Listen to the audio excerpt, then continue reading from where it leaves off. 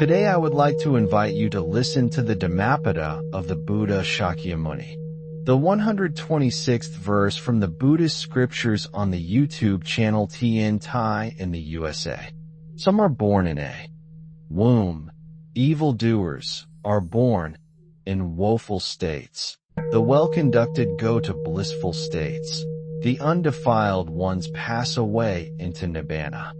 This verse teaches the profound truth of cause and consequence, illustrating the natural outcomes of actions according to the law of karma and the path of the Dharma. In the story related to this teaching, there was a monk who observed the lives of many sentient beings and saw clearly how actions shape destinies. He witnessed a farmer who lived heedlessly, indulging in greed, anger, and delusion, causing harm to others and himself. When the farmer passed away, he was reborn in a woeful state, reflecting the natural consequence of evil doing. The monk also observed a kind-hearted merchant who lived with ethical restraint, generosity, and compassion, and when his life ended, he was reborn in a blissful state. Finally, the monk himself, through diligent cultivation of the mind, mastery over desire, and insight into the impermanence of all phenomena, realized the undefiled state. At the moment of his passing, he attained nibbana, beyond birth and death, free from the cycles of suffering and rebirth. This story illuminates the essential teaching of the verse. Life and rebirth are profoundly shaped by actions, the ethical quality of conduct, and the cultivation of the mind. Those who act with greed, hatred, and delusion are bound to suffering, while those who cultivate virtue experience bliss, and those who transcend attachment and desire reach liberation. The disciple learns that the understanding of these natural consequences is essential for ethical living, mindfulness, and spiritual practice. The verse emphasizes that rebirth is a reflection of one's deeds and intentions. Some are born into the human realm through ordinary circumstances, yet these births themselves are impermanent and subject to the conditions of life, suffering, and death. Evildoers, who act out of greed, hatred, and delusion, experience the consequences of their actions in woeful states, where suffering is intensified, conditions are difficult, and liberation appears distant. The well-conducted, through restraint, ethical living, and cultivation of wholesome qualities, go to blissful states where peace, abundance, and happiness naturally arise.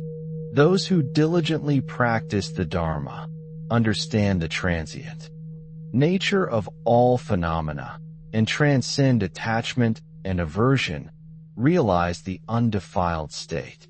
Such undefiled ones pass away into nibbana, no longer subject to the cycles of birth and death, free from suffering and the law of karma. The disciple understands that ethical and spiritual cultivation are not merely moral obligations, but profound methods to shape destiny and liberate the mind. The story also teaches that mindfulness and ethical restraint are essential for steering life toward wholesome outcomes. The farmer who acted heedlessly without reflection experienced the inevitable consequences of his greed and anger, born into woeful states where suffering was compounded. In contrast, the merchant who lived with generosity, patience, and compassion naturally cultivated merit that resulted in rebirth in blissful conditions. The monk who cultivated insight, meditation, and understanding realized that the path of liberation transcends all worldly states. Ethical conduct, mindfulness, and insight are therefore inseparable. Without virtue, the mind remains entangled in cycles of suffering, Without mindfulness, ethical living falters. Without insight, liberation remains distant. This verse guides the disciple to recognize the direct relationship between actions, ethical cultivation, and ultimate spiritual realization. Furthermore, the verse illuminates the impermanence and conditionality of existence. Birth, life, and death are transient, shaped by past actions, and influenced by present conduct. Those who act unwholesomely, creating suffering for themselves and others, sow seeds that inevitably bear the fruit of suffering. The monk observed that every action, whether subtle or overt, carries potential consequences. Generosity, compassion, patience, and ethical integrity produce conditions for happiness and spiritual progress, while greed, anger, and delusion create suffering and hinder liberation. The understanding of impermanence, conditioned arising, and karmic consequence allows the disciple to act with wisdom, restraint, and mindfulness, ensuring that the mind remains cultivated and the path to liberation remains clear. The teaching of the 126th verse also emphasizes the natural law of karma as both compassionate and impartial. No action, whether wholesome or unwholesome, is lost. Each carries consequences aligned with its ethical quality. The monk who observed these patterns saw that even small actions of kindness, restraint, or insight accumulate to produce positive results, while even minor actions of harm, negligence, or indulgence in greed and anger create subtle suffering that compounds over time. Those who act unethically may temporarily appear to flourish, but the law of karmic consequence inevitably manifests. This natural order is neither punitive nor capricious. It is a reflection of ethical and spiritual principles inherent in the universe. The disciple learns that understanding this natural law is essential for ethical discernment, mindfulness, and spiritual cultivation.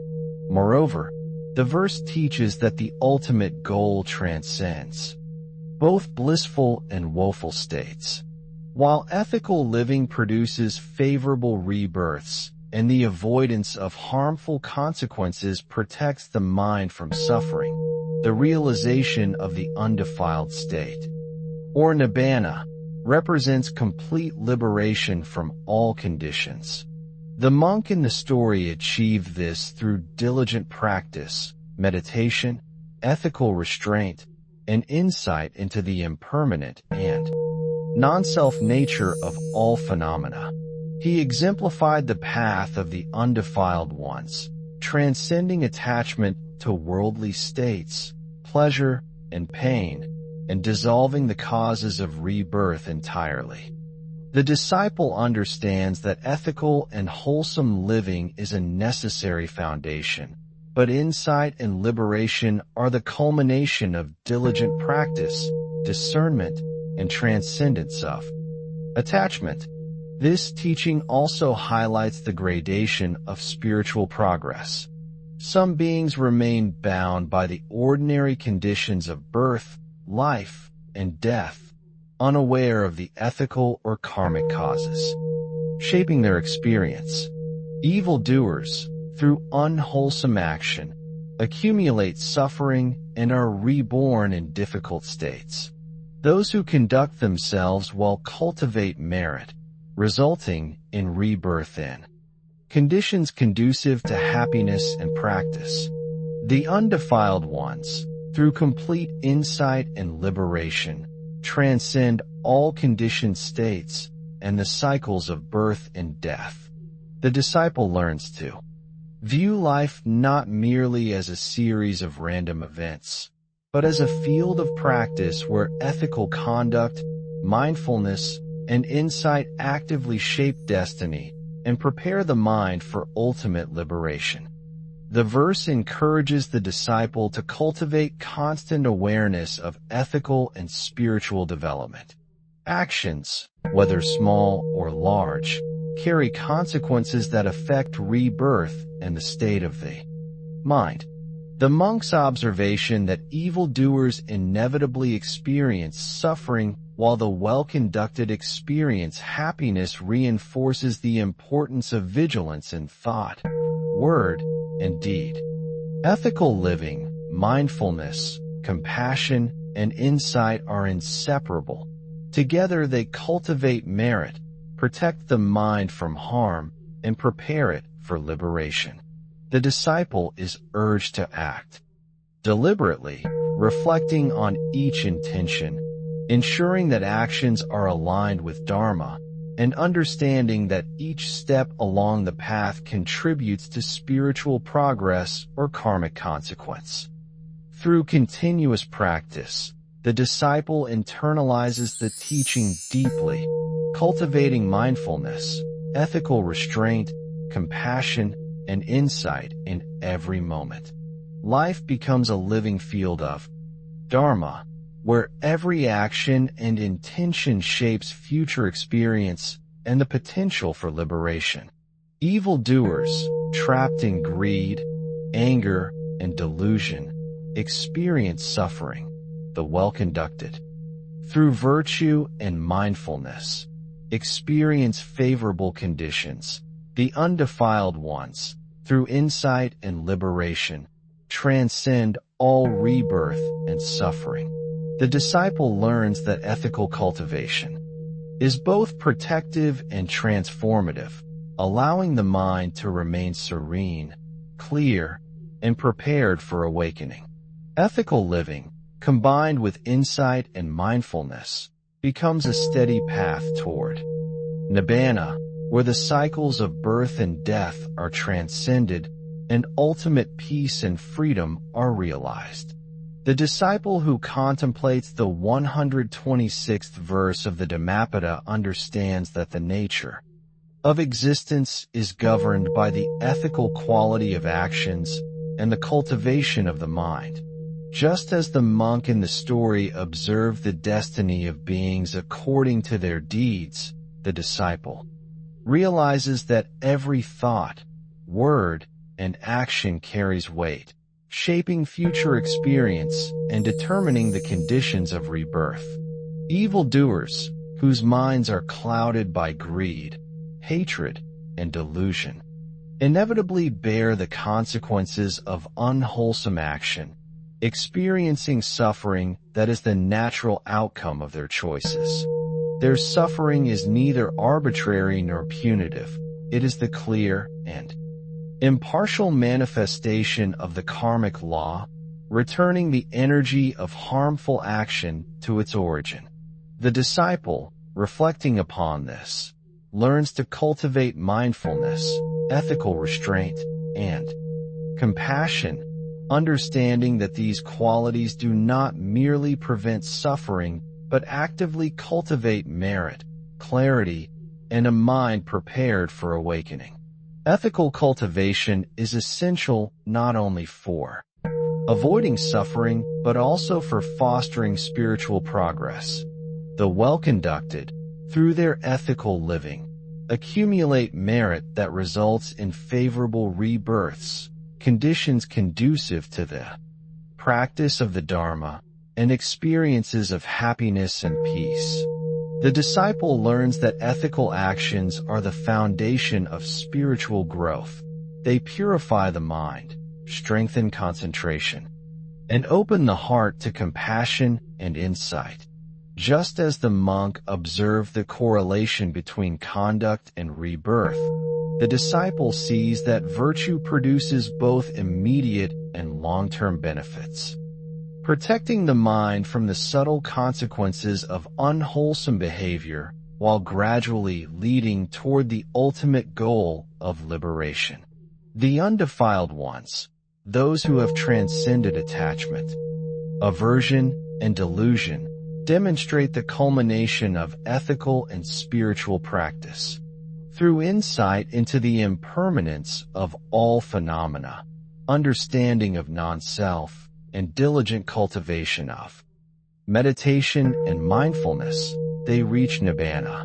In this state, the cycles of birth and death no longer bind the mind, and suffering ceases entirely. The disciple recognizes that ethical conduct, while protective and meritorious, is inseparable from insight. The practice of virtue, combined with mindfulness and wisdom, forms the pathway toward the undefiled state. Life is thus transformed into a continuous opportunity for cultivation, where every ethical and mindful choice contributes to the steady unfolding of liberation. The teaching of this verse also reminds the disciple of the impermanence and conditionality of all states.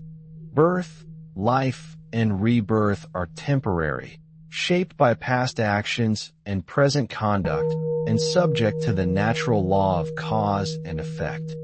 By cultivating virtue, practicing mindfulness, and developing insight, the disciple prepares the mind to navigate the conditions of life wisely, to accumulate merit, and to ultimately transcend the cycle of suffering. The monk's observation of evildoers, the well-conducted, and the undefiled ones illustrates clearly that the natural consequences of action are impartial and consistent. No external force interferes with the workings of karma. It unfolds according to the ethical and mental quality of beings.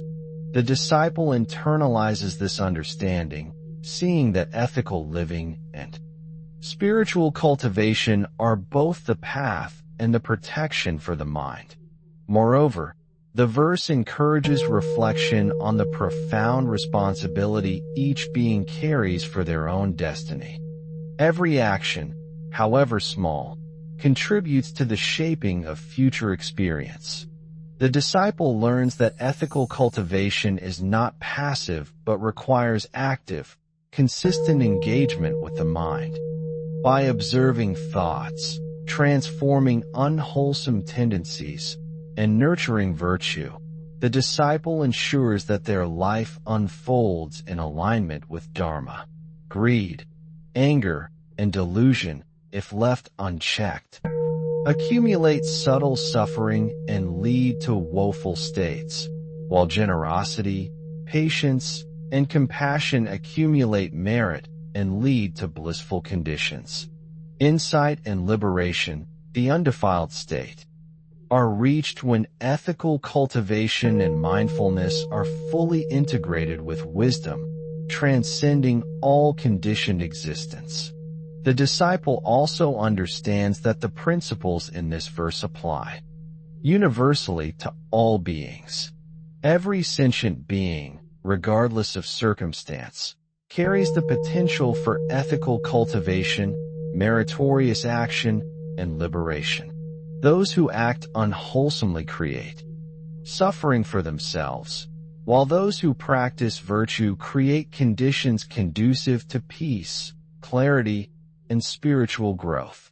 The path of the undefiled ones, as exemplified by the monk in the story, shows that through continuous ethical cultivation, mindfulness, and insight, liberation from all suffering is possible.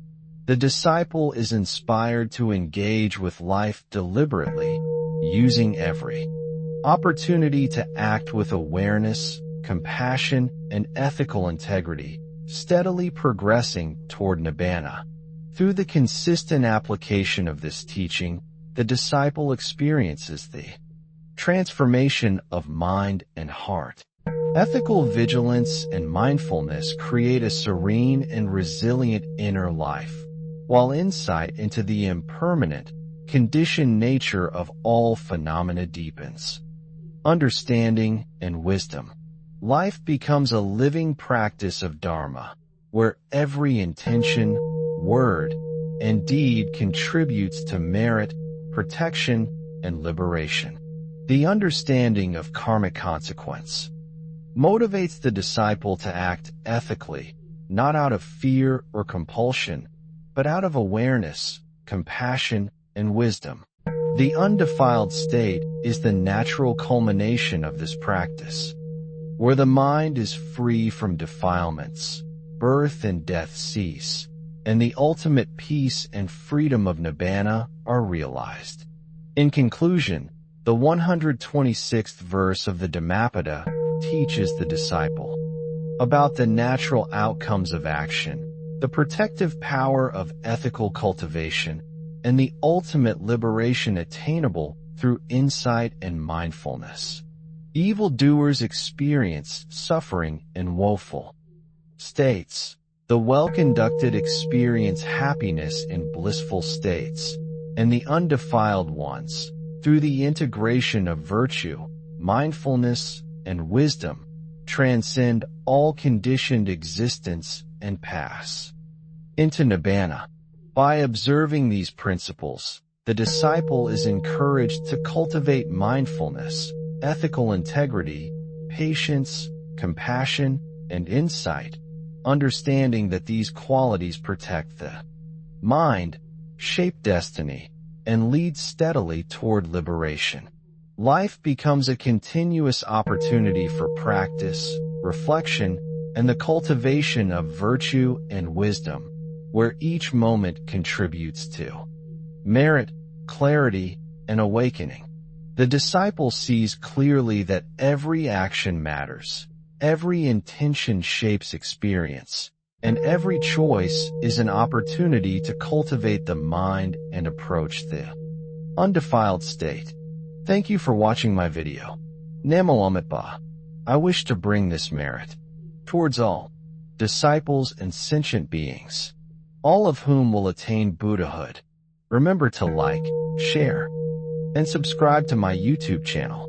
I really appreciate your time.